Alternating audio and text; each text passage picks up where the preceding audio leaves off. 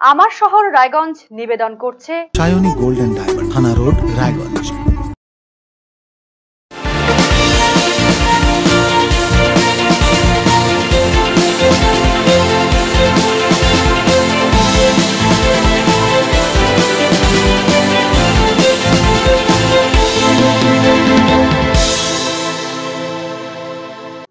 নমস্কার, আপনারা দেখছেন আরসিটিভি সংবাদ আমার শহর রায়গঞ্জ নিয়ে। আপনাদের সাথে আমি তুহিন। শুরুতেই নজর রাখবো যে খবরের দিকে। মৃত্তিকা স্বাস্থ্য সংক্রান্ত বিষয়ে বিশেষ শিবিরের আয়োজন করা হলো রায়গঞ্জে। বৃহস্পতিবার রায়গঞ্জের উদয়পুরে এই শিবিরটি অনুষ্ঠিত হয় মৃত্তিকা পরীক্ষাগারের পক্ষ থেকে। মৃত্তিকা পরীক্ষাগারের আধিকারিক ডক্টর সুব্রত কুমার ঘোষাল জানিয়েছেন, এই শিবিরে 60টি স্কুল অংশ নিয়েছে। প্রায় 70 জন পড়ুয়া উপস্থিত হয়েছিলেন শিবিরে। এতদিন পর্যন্ত মৃত্তিকার স্বাস্থ্য পরীক্ষা করা হতো গবেষণাগারে, কিন্তু বর্তমানে পর্যাপ্ত গবেষণাগার নেই, তাতে সব মাটি পরীক্ষা করা সম্ভব হয় না। এছাড়াও পড়ুয়াদের এই শিবিরে সামিল করানো হলে এই মৃত্তিকার বিষয়ে সকলের কাছে সচেতনতার বার্তা পৌঁছবে।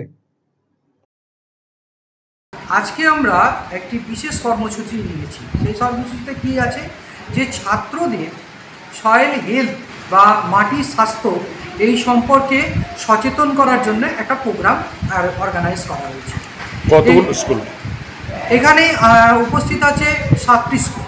মোটামুটি এখানে 70 জন মতো ছাত্র এই প্রোগ্রামে অংশগ্রহণ করেছে। কি উদ্দেশ্যে এটা করা?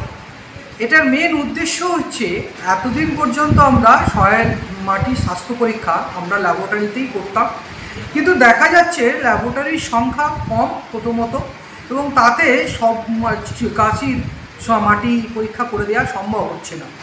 তাছাড়া ছাত্রছাত্রীদেরকেও একটু নতুন এই ব্যাপারটাতে যদি কোনোভাবে ইনভলভ করা যায়, তাহলে আমরা এটাকে আরও বেশি জনের কাছে পৌঁছে দিতে পারবো, এবং তাদের এবং যেটা আমাদের মেন উদ্দেশ্য, যে মাটির স্বাস্থ্যটাকে বজায় রাখা, চাষিদেরকে সচেতন করা, তারা যাতে মাটি পরীক্ষা করান, তার এই ল্যাবরেটরিতে মাটি নিয়ে আসেন, সেই ব্যবস্থা জন্যই আমরা এই প্রোগ্রামটা অর্গানাইজ করি।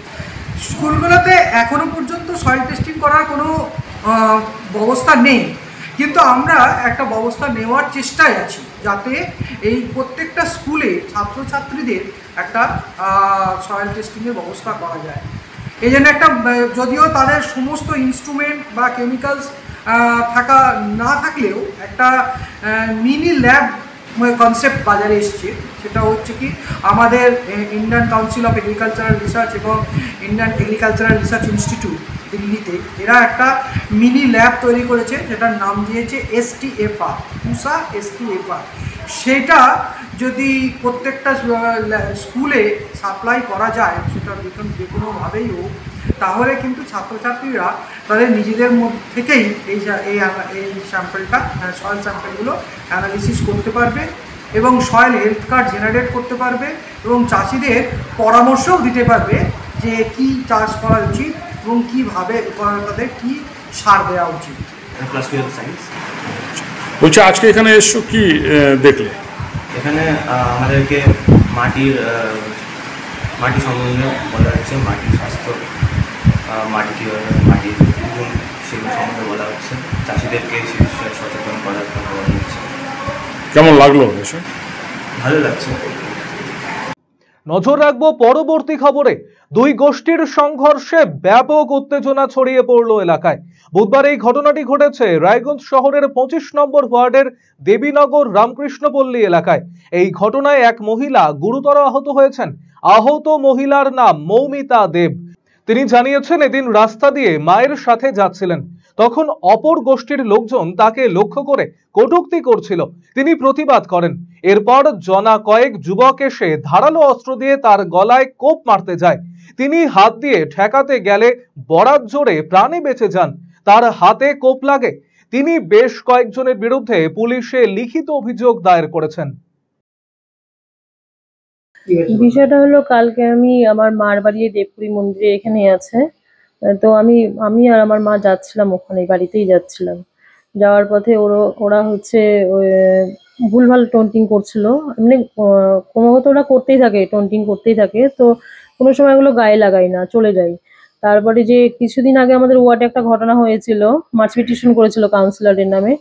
তো ওই মহিলা আর ওর মেয়ে আমাকে ওখানে ধরেছে, ধরে বলছে যে ওখানে তোরা কেন আসিসনি বা কেন সই দিসনি বা কিছু, জোর জবরদস্তি। তো ওখানে তখন ওই বিষয় নিয়ে কথা হতে হতে তখন আমি বললাম যে তোরা যে আমার দাদার নামে করেছিস মার্চিপিটি, আমার দাদার নামটাও যে দিয়েছিস, কেন দিয়েছিস? তো সাথে সাথে দেখলাম ওরা ফোন করলো, কাকে কাকে ফোন করার সাথে সাথে ওখানে অপু চলে আসলো, পল্টু চলে আসলো, বিকাশ চলে আসলো, সবাই চলে আসলো। এই নিয়ে ওদের সঙ্গে আমাদের কথা কাটাকাটি হতে থাকে। কথা কাটাকাটি হতে হতে তখন ওখান থেকে আমার মা আমাকে বের করে নিয়ে চলে যায়। এবার আমি যাওয়ার পথে রাস্তায় ওরা আমাকে আবার দ্বিতীয়বার করে ওরা আমাকে অ্যাটাক করছে ওখানে। তখনই একটা ধারালো অস্ত্র দিয়ে আমার গলার মধ্যে এইভাবে কোপ মারার জন্য করেছিল। তখনই আমি হাতটা এভাবে উঠিয়ে দিয়েছি উঁচু করে, হাতের মধ্যে আমার কোপটা পড়ে গেছে। ওটা হচ্ছে সবাই মিলেই হাতাহাতি করছিল, আর অপুর হাতে ওটা ছিল। আর এই যে এখানেও বাড়ি মেরেছে, এখানে বাড়ি মেরেছে, এমন ভাবে বাড়ি মেরেছে যে ফুলে গেছে, দেখতেই পাচ্ছেন আপনারা, প্রচন্ড ভাবে। আর আমি যখন হাত দিয়ে আটকাতে গেছি তখন কোপটা আমার হাতে এসে পড়েছে, না হলে ওরা আমাকে কালকে মেরেই ফেলতো। হ্যাঁ, ওই হিংসাত্মক আক্রমণ, ওই ওয়ার্ডের ওই ব্যাপার নিয়ে এই কাউন্সিলরকে ক্রমাগত ওরা টর্চার করে যাচ্ছে। কাউন্সিলরের নামে আজকে আমি কাউন্সিলরের সঙ্গে, এবার আমরা দেখেন আমি একজন মহিলা সমিতির কাজ করি, একজন সোশ্যাল ওয়ার্কার। এবার আমরা তো আর ওদের কথা মতন সবার সঙ্গে তো যাত্রার সাথে তো আমরা কোনো শত্রুতামি করতে পারি না, কিন্তু ওদের কথা জোর জবরদস্তি ওরা সই করতে হবে কাউন্সিলরের বিরুদ্ধে, কাউন্সিলরের বিরুদ্ধে যেতে হবে, এই ওয়ার্ডে থাকতে গেলে কাউন্সিলরের বিরুদ্ধে গিয়ে থাকতে হবে, এটা ওদের কথা। আর অনবরত ওরা বাড়ি বাড়ি সব মহিলাদের আমার বাড়ির সামনে এখানে এসে প্রতিদিন 10:30 থেকে রাত্রি 10:30 থেকে ওরা এসে এখানে মদ খাবে, বাজে বাজে ভাষায় গালাগালি করবে। এরকম ভাবে দিনের পর দিন ওদের চলছে এইভাবেই অত্যাচার। তো কালকে ওরা আমাকে এইভাবে অ্যাটাক করেছে।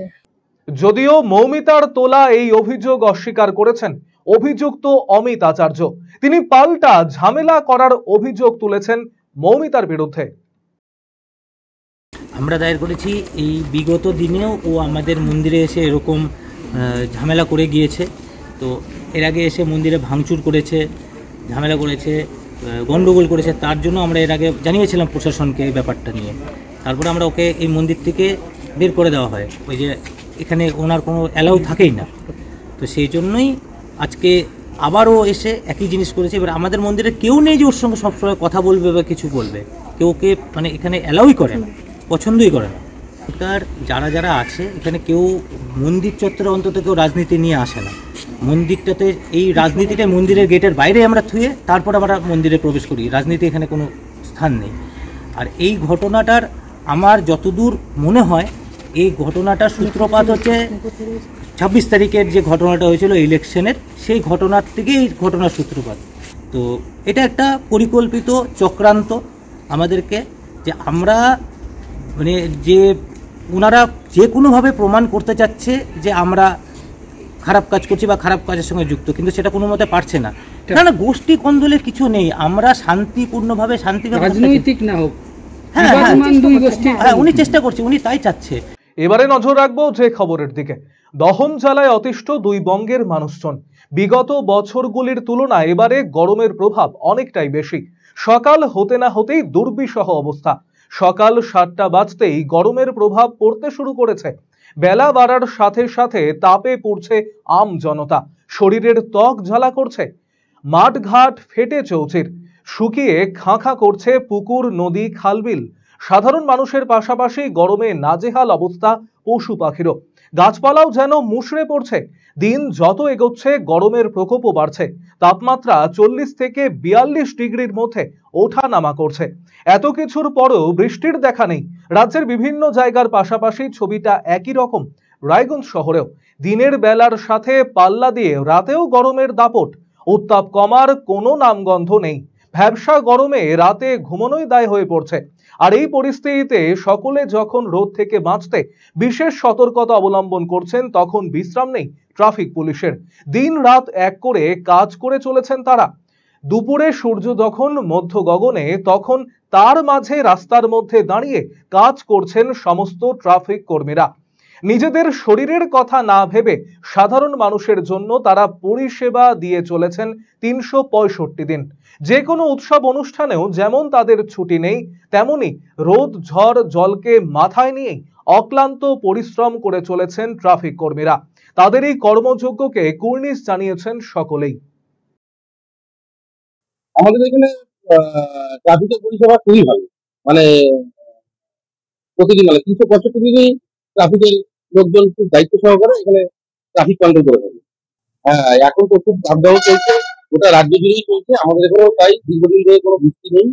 হ্যাঁ, এই দাবদাহের মধ্যে ট্রাফিক কন্ট্রোলে যারা থাকেন তারা অক্লান্ত পরিশ্রম করে এই দাবদাহের মধ্যে তাদের কাজ করে চলেছেন। এদেরকে অসংখ্য ধন্যবাদ যে এরা এইভাবে 365 দিন এবং এই তীব্র তাপমাত্রার মধ্যে এরা যেভাবে আমাদের ট্রাফিককে কন্ট্রোল করছে। এইখানে যে ওরা যে ডিউটি করছে এই রোদের মধ্যে, মানে এদের যে পরিস্থিতি এখন এই রোদের মধ্যে কোনো রকম করে ওরা যে দাঁড়ায় আছে রোদের ভিতরে, আর এরা মাঝে মাঝে দেখছি জল পান করে ওরা রোদে আবার যায় দাঁড়াচ্ছে। এদের যে কষ্ট, এই কষ্ট এই বর্ষা বৃষ্টির মধ্যে এই রোদের মধ্যে যে দাঁড়ায় আছে, এদের যা পরিস্থিতি এখন বর্তমান, এদের না যায় হাল হয়ে গেছে। না, এখানে কোনো বসার সেট নেই, থাকার জায়গা নেই, কোনো কিছু নেই এখানে। ওদের কোনো পরিষেবার কোনো ব্যবস্থা নেই এখানে। তাও এরা যেভাবে কষ্ট করে ডিউটি করছে রোদের মধ্যে, এত রোদ, তার মধ্যে এদের যে পরিস্থিতি আমার তো দেখে আমারই খারাপ লাগছে। আমি কি বলতে পারি এদের ব্যাপারে? এখন এদের তো বসার কোনো জায়গা নেই, রোদের মধ্যে দাঁড়ায় আছে কিভাবে, এটা তো আমিও দেখছি, সবাই দেখছে। ট্রাফিক পরিষেবা এই এত রোদের মধ্যে আমরা এখানে দাঁড়িয়ে থাকতে পারছি না, 5-7 মিনিট রোদ দাঁড়ালে তারপরে বুঝে হয়ে যাচ্ছে। ওনারা এখন তো সকাল থেকে এত রাত অব্দি রোদের মধ্যে দাঁড়িয়ে থাকে, যথেষ্ট পরিষেবা দেয়। ওনাদের মানে অসংখ্য ধন্যবাদ জানানো উচিত আমার মনে হয় এই পরিষেবা দেওয়ার জন্য। বৃষ্টি, শীত, গ্রীষ্ম, বর্ষা সবসময় ওনারা খুব কঠোর পরিশ্রম করে পরিষেবা দেয় লোক। তার জন্য শিলিগুড়ি ট্রাফিককে আমি তো অন্ততপক্ষে আমার তরফ থেকে অসংখ্য ধন্যবাদ জানাই। আমার শহর রায়গঞ্জ এখনকার মতো এ পর্যন্তই। পরবর্তী খবরের জন্য নজর রাখুন শুধুমাত্র RCTV সংবাদে। নমস্কার।